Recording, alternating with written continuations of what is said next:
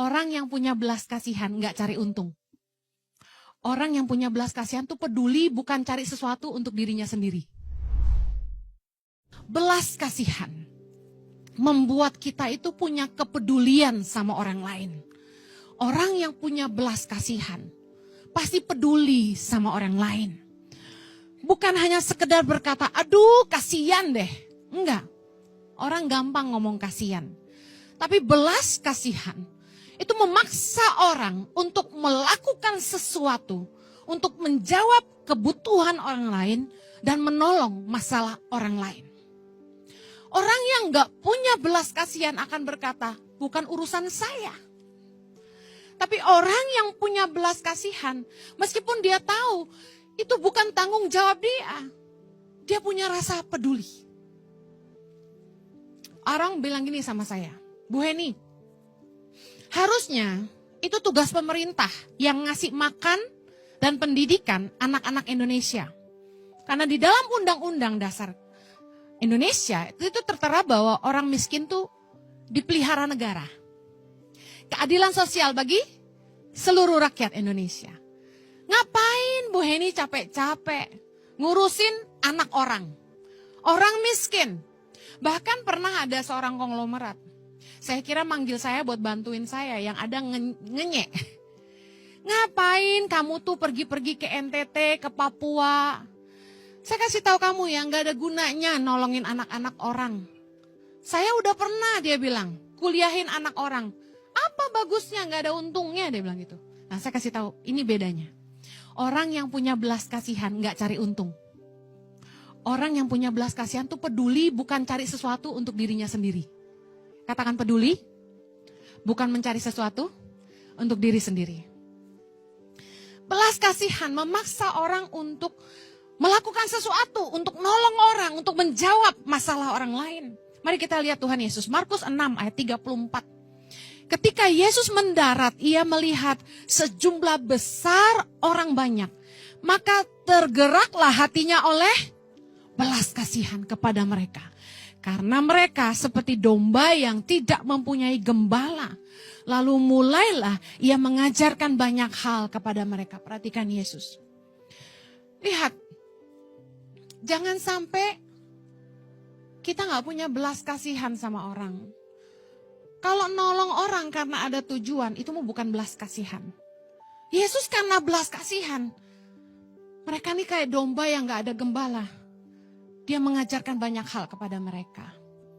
Saya yakin Yesus gak cari apa-apa. Mungkin gak ada yang kasih persembahan sama Yesus. Banyak orang yang mendengarkan pengajaran Yesus, belum tentu semua orang nabur buat hidup Yesus. Matius 15.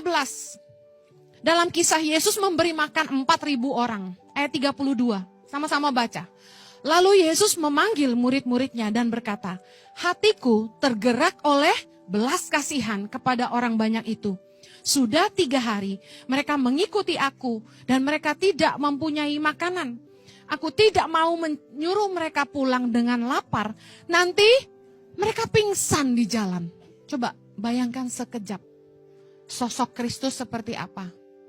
Sosok yang penuh belas kasihan sama orang lain.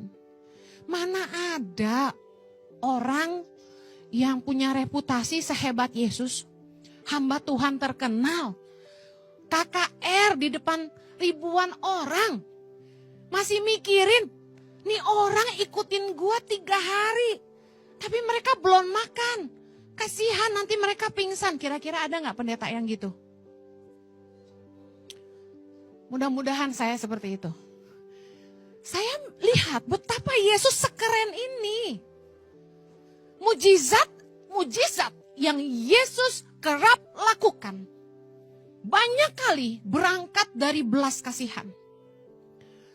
Yesus tuh punya kepedulian yang sangat luar biasa sama orang. Dia mikirin orang lain. Masa dia lagi sibuk khotbah aja masih mikirin. Ini jemaat ikutin saya ribuan orang 3 hari belum makan. Saya gak mau suruh mereka pulang, nanti mereka pingsan di jalan. Aduh Bapak Ibu, banyak orang yang bahkan gak peduli pembantunya belum makan.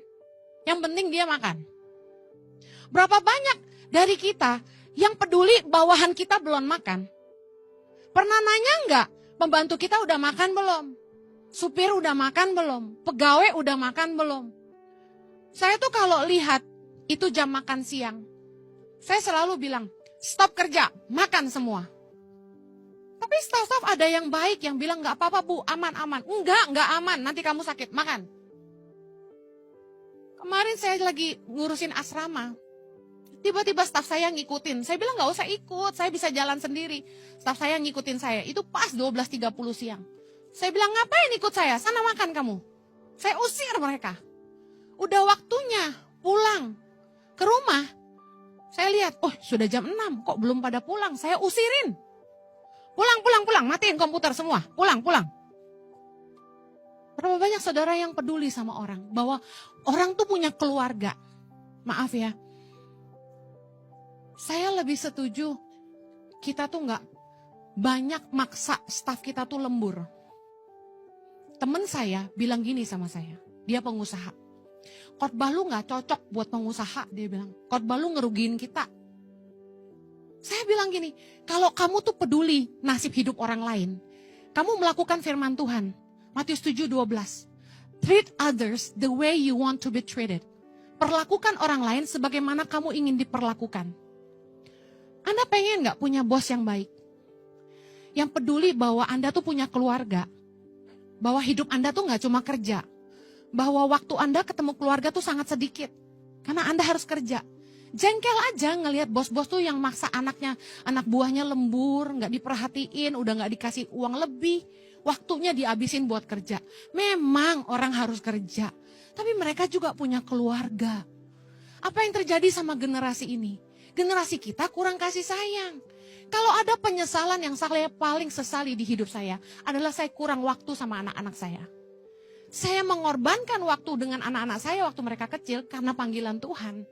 Tapi kan gak semua orang dipanggil Tuhan seperti saya. Karena itu nikmatilah waktu bersama keluarga Anda.